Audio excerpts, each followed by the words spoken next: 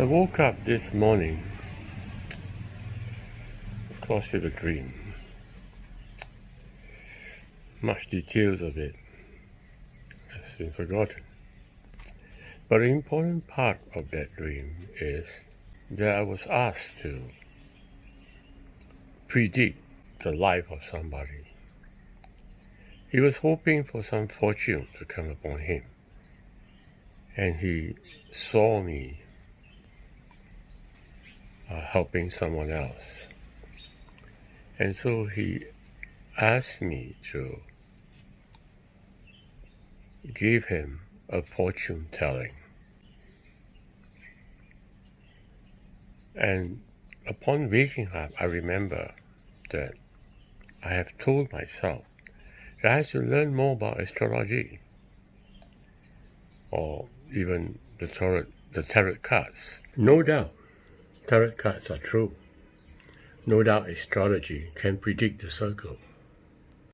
But the real question is, should I learn about these predictions? Should I know the method of how these predictions are made? The interesting thing about tarot cards and astrologies is that they are all kindly called the study of the 6 days. In other words, from the first day to the 6 days, we have a motion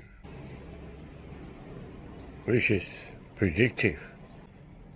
We can actually study that motion, study the laws relating to that motion, so that from the first day to the 6th day, we know what will happen next for that person.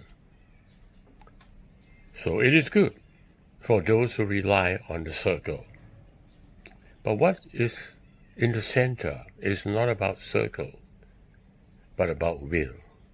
And God has been telling me all these years how important it is for me to decide based on my will. God has been telling me that the whole universe is actually the expression of Himself within us. And my will not come void.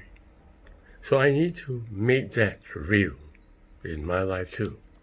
Our life on this earth as a prophecy, as a representation of God, is to express that will of God in such a way that it will not return to me void.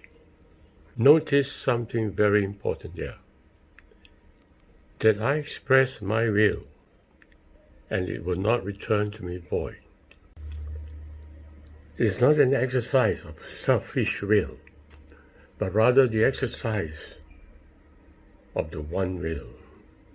It suddenly dawned on me that the use of the word prophecy or representation is not actually a suitable usage of the word.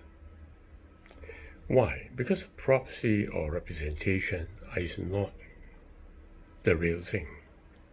No doubt I'm not the real thing, but the point is that I'm not actually another thing.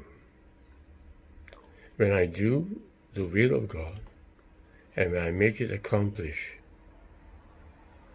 I'm actually acting out as the Son, as Himself, as the Father Himself, but the Son is acting it out. So in my opinion, therefore, the better way, the better usage of the word is sonship and not representative or prophecy.